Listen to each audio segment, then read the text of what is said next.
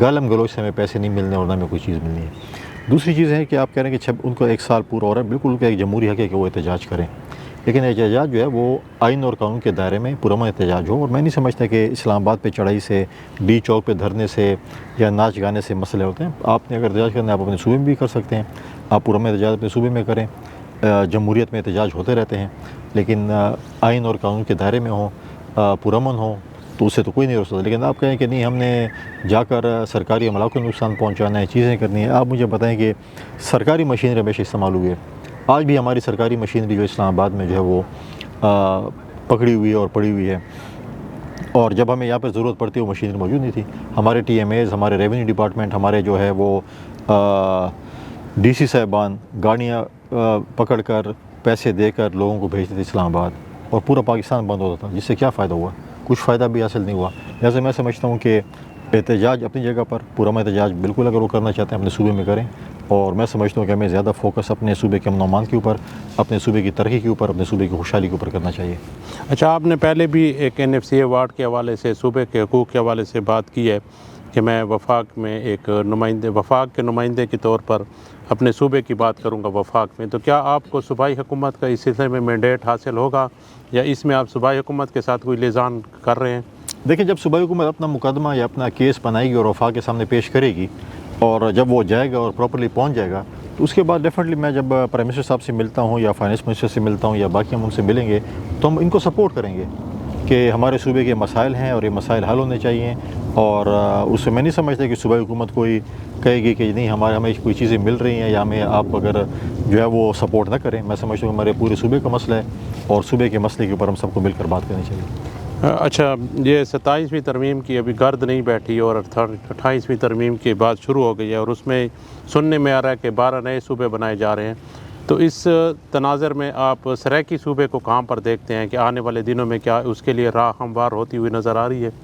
دیکھیں، یہ بات تو قبل از وقت ہے کہ کتنے صوبے بن رہے ہیں، یہ تو ابھی فی الحال بات چیت ہو رہی ہے کہ کتنے صوبے بن رہے ہیں کتنے نہیں۔ دیکھیں، 27 کے بعد 28ویں ترمیم ڈیفینیٹلی آئے گی، وہ آج نہیں آئے گی، کل آئے گی، کل نہیں آئے گی تو کوئی اور پارلیمنٹ لے گی۔ ترمیمیں جو بھی آئیں گی 28 کے بعد 29ویں ترمیم آئے گی۔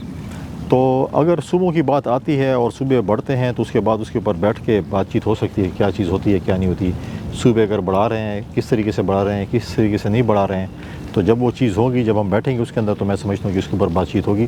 27ویں ترمیم میں بھی بہت سی ایسی چیزیں آئی تھیں جس پہ ہماری پارٹی کی جو ہے وہ کچھ پہ ریزرویشنس تھی، کچھ ہم نے امینڈمنٹس کی ہیں۔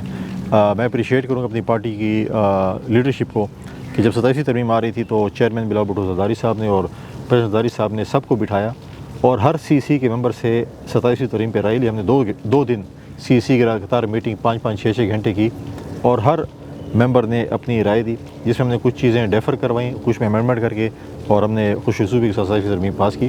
28ویں ترمیم پہ اگر کوئی چیزیں ایسی آئیں گی تو میں سمجھتا ہوں کہ مل جل کر اس پہ بات چیت ہوگی اور اس پہ جو ہے نا آگے بڑھے گی۔ اچھا، تحریک تحفظ عین پاکستان جو اپوزیشن جماعتوں کا ایک گروپ ہے، وہ مولانا فضل الرحمان کو محمود اچکزئی کی جگہ اپوزیشن رہنما بنانے جا رہے ہیں، تو اس کو آپ کس طرح دیکھتے ہیں؟ دیکھیں، یہ تو ان کا اپنا ذاتی مسئلہ اور اندرونی مسئلہ ہے، لیکن آپ یہ بات تو مان لیں کہ جس شخصیات پہ ماضی میں PTI کے بانی چیئرمین ان کے مذاق اڑاتے تھے اور جلسوں میں کھڑے ہو کے کیا کچھ کرتے تھے، آج انہی کے جو ہے وہ میں سمجھتا ہوں کہ رحم و کرم پر ہیں۔ PTI میں کوئی شخص ان کو نہیں ملا، ان کو محمود خان اچکزئی بہتر ملا کہ لیڈر آف دی اپوزیشن ہو، پھر اب ان کو کوئی شخص نہیں ملا، پھر مولانا فضل الرحمان اپوزیشن آف لیڈر یا جو بھی آپ کہیں۔ ماضی میں بھی آپ دیکھیں چند دن پہلے ان کے چیئرمین نے ایک سپیچ کی قومی اسمبلی میں کہ ہمیں مولانا فضل الرحمان کے گھر کے چکر نہیں لگانے پڑیں گے۔ ابھی میرے خیال میں وہ بیٹھ کر انہوں نے پانی کا گلاس نہیں پیا ہوگا کہ ان کے پارٹی کی ڈیلیگیشن مولانا فضل الرحمان کے گھر بیٹھا ہوا تھا۔ سیاست میں دیکھیں ہوتے رہتے ہیں، سیاست میں اختلافات بھی ہوتے رہتے ہیں، آپ بیٹھتے بھی ہیں پولیٹیکل پارٹیز کے ساتھ اور نہیں۔ مولانا فضل الرحمان کے مقابلے میں میرے والد صاحب نے، میں نے، ساری عمر ہم نے الیکشن لڑے، لیکن ہم جب پولیٹیکل چیزیں آتی ہیں ہم ایک دوسرے کو عزت اور احترام کی رشتے کے ساتھ ہمارے اتنے تعلقات ہیں کہ ہم ایک دوسرے کے ساتھ آنکھیں ملا کر بیٹھ سکتے ہیں۔ لیکن مجھے سمجھ نہیں آتی یہ لوگ جس قسم کی گالم گلوچ کر کے آج انہی کے جو ہے وہ ان کو اپنا سیاسی مسئلہ سمجھتے ہیں، تو یہ ان کا اپنے ایک اندرونی مسئلہ ہے، جس کو وہ لیڈر بنانا چاہتے ہیں، جس کو وہ سیکرٹری جنرل بنانا چاہتے ہیں، جس کو وہ انفارمیشن بنانا چاہتے ہیں. تو دیکھتے ہیں کہ کیا ہوتا ہے، یہ ایک اونٹ کس کروٹ بیٹھتا ہے. سننے میں ہے کہ بہت سی اس کے اندر اختلافات بھی ہیں اور لوگ فیور میں بھی ہے. جب فائنل ہوگا تو اس کو پھر ڈیبیٹ کریں کوئی. اچھا، آپ گورنرشپ کے علاوہ آپ ڈی اے خان سے بھی تعلق رکھتے ہیں. اس وقت ڈی اے خان کا پورا شہر ادھڑا پڑا ہے. ایک تو آپ وفاق میں ڈی اے خان کے حوالے سے کیا اقدامات کر رہے ہیں، اور دوسرا یہ ہے کہ ڈی اے خان کی جو موجودہ صورتحال ہے، شاید آپ آئیں تو پھر ایک روڈ سے گزریں تو اپنے آپ کو نہیں پہچانیں گے، گرد اتنی زیادہ ہے، شناختی کارڈ ہوگا جی. شناختی کارڈ ساتھ رکھنے پڑتے ہیں. تو اس حوالے سے آپ کیا کہتے ہیں کہ یہ منصوبے جو سابقہ صوبائی وزیر اعلیٰ کے تھے وہ تکمیل تک پہنچ پائیں گے؟ دیکھیں، بڑا افسوسناک امر ہے کہ ہمیں ڈی خان کو موقع ملا صوبائی حکومت میں چیف منسٹر میں. ہمارے پڑوس میں بنو میں بھی چیف منسٹر رہے، پشاور میں ہمارے پڑوس میں نوشہرہ میں بھی چیف منسٹر رہے، سوات سے بھی چیف منسٹر رہے. آپ ان کی علاقے کی ترقی دیکھ لیں کیا ہوا. ہم نے 2 سال میں کیا کچھ کیا. ہم نے 2 سال میں صرف ڈی خان کی سڑکیں اکھاڑ دی ہیں، لیکن ہمیں کوئی ایسا میگا پروجیکٹس. دیکھیں، 2 بجٹ پچھلی حکومت نے گزارے، پچھلے چیف منسٹر نے گزارے. ایک میگا پروجیکٹ اسلام آباد سے نہیں لے کر آ سکے. اور ہم تو کہہ رہے تھے کہ آپ لے کر جائیں میگا پروجیکٹس، ہم لے کر آئیں تاکہ ہم وفاق سے چیزیں لے کر لیں، کیونکہ میگا پروجیکٹ نے دیے ہی نہیں ہیں. لہٰذا آپ دیکھتے ہیں کہ انہوں نے وہ فلائی اوور پتہ نہیں کیا بنا رہے ہیں، وہ کب پائے تکمیل تک پہنچے گا، کیا چیز ہوگی کیا چیز نہیں ہوگی. اب تو زیادہ فوکس کرنا چاہیے سابق سی ایم کو، کہ وہ ڈی خان میں بیٹھے ہوئے ہیں اور فارغ بھی ہیں، تو پروجیکٹ کو زیادہ ٹائم دیں اور کوشش کریں کہ ٹائم سے پہلے مکمل کر لیں. پنجاب پہ اور اسلام آباد پہ بڑی تنقید کرتے تھے، تو جو ان کے پرانے موشن ہیں، پتہ نہیں آج کل ان کے موشن نئے نہیں ہے، موشن نقوی، ان کی فالو کر لیں. جس طریقے سے وہ اوور ہیڈ بریجز اور انڈر پاسز اسلام آباد میں بنا رہے ہیں، تو اس سپیڈ پہ بھی اگر وہ بنا لیں، اس سے خیر سپیڈ تھوڑی کم بھی کر لیں، تو میں سمجھتا ہوں بہت جلد بن جائے. وفاق کیا کر رہا ہے؟ جہاں تک وفاق کی بات ہے، دیکھیں ہم چشمہ ریفٹ کینال پہ ہمارا انشاءاللہ بہت جلد جو ہے وہ ٹینڈر لگنے والے ہیں.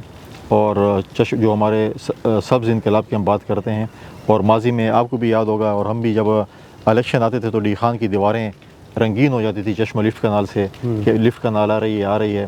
اور غالباً ہمارے پچھلے دور حکومت میں شاید آپ نے، میں تو نہیں گیا تھا، شاید 16 مہینے کی جب حکومت تھی، اس میں شاید افتتاح بھی پرائم منسٹر صاحب نے غالباً قسم کی بنیاد رکھ دیا تھا. پتہ نہیں کیا کوئی بہت زیادہ وہ تختیوں کی انہوں نے جو ہے نا وہ نقاب کشائی کی، اس میں پتہ نہیں کون کون سی چیزیں تھیں. لیکن میں بھی پرائم منسٹر صاحب کا مشکور ہوں، اپنے پارٹی کے چیئرمین کا بہت زیادہ مشکور ہوں کہ، اور وابڈا کی ڈپارٹمنٹ کا مشکور ہوں کہ انہوں نے اپنا ایک رول پلے کیا. میں جو چشمہ ریفٹ کنال کے حوالے سے، اور دیکھیں 1991 ایکارڈ کے بعد پانی کا حصہ جو کے پی کو ملنا تھا آج تک نہیں ملا، تو چشمہ رائٹ بینک کینال کی صورت میں ملے گا، لفٹ کم گریوٹی کینال کے. اور انشاءاللہ بہت جلد میں سمجھتا ہوں کہ اس کے ٹینڈر آنے والے ہیں. ہم ڈی خان کے لیے کام انشاءاللہ کر رہے ہیں، اور ہماری کوشش ہے کہ ہم انٹرنیشنل ایئرپورٹ بہت جلد سٹارٹ کریں یارک انٹرچینج کے ساتھ. دوسرا، ہمیں جو ہے سندھ حکومت کی طرف سے، چیئرمین بلا بھٹو زرداری صاحب کی طرف سے ہمیں فلڈ کے لیے 1 ارب روپے دیے گئے تھے گھروں کے لیے، جو کہ 500 گھر ڈی خان بننے تھے. تو ہم نے ریکویسٹ کی کہ ہمیں اس کے بجائے ہمیں ایک ایسا ہاسپٹل دیا جائے جس سے ہمارے لوگوں کا جو ہے علاج ہو سکے. تو انشاءاللہ تعالیٰ بہت جلد جو ہے ڈی خان کے لوگوں کو یہ خوشخبری ہوگی کہ ایسا یو ٹی ہاسپٹل جو کہ سندھ میں مشہور ہے، ہم اس کو جو ہے وہ خیبر پختونخوا میں پہلی دفعہ لے کر آ رہے ہیں. ڈیر اسماعیل خان میں انشاءاللہ تعالیٰ جو ہے گردوں کے علاج کے لیے، گردوں کے علاج کے لیے جو ہے وہ ہم انشاءاللہ تعالیٰ لے کر آ رہے ہیں، جس میں گردوں کا علاج ہوگا. ساتھ ساتھ جو ہے ہماری کوشش ہے، ٹینڈر پروسیس اس کا گزر چکا ہے، میں دوبارہ اس پہ کروں گا کہ پرووا ٹو ڈیرہ غازی خان اور جو کشمور تک یہ ڈوئلائزیشن آف روڈ ہے، اس پہ کام شروع ہونا تھا. میری کوشش ہے کہ اس پہ جلد از جلد کام شروع ہو، تاکہ پرووا سے رمک اور رمک سے آگے جو ہے ڈیرہ غازی خان تک یہ ڈوئلائزیشن آف روڈ ہو، تاکہ ہماری جو چیزیں ہیں وہ مکمل ہو. صوبائی حکومت کے بھی میں مشکور ہوں کہ انہوں نے ہماری ریکویسٹ پر چشمہ روڈ کو ڈوئلائزیشن کے لیے منظور کیا ہے. ہماری کوشش ہے کہ ہم اس کو جلد از جلد اس پر کام شروع کریں، تاکہ کم از کم جو پہلا فیز ہے وہ مکمل ہو، ایک چیز سٹارٹ ہو.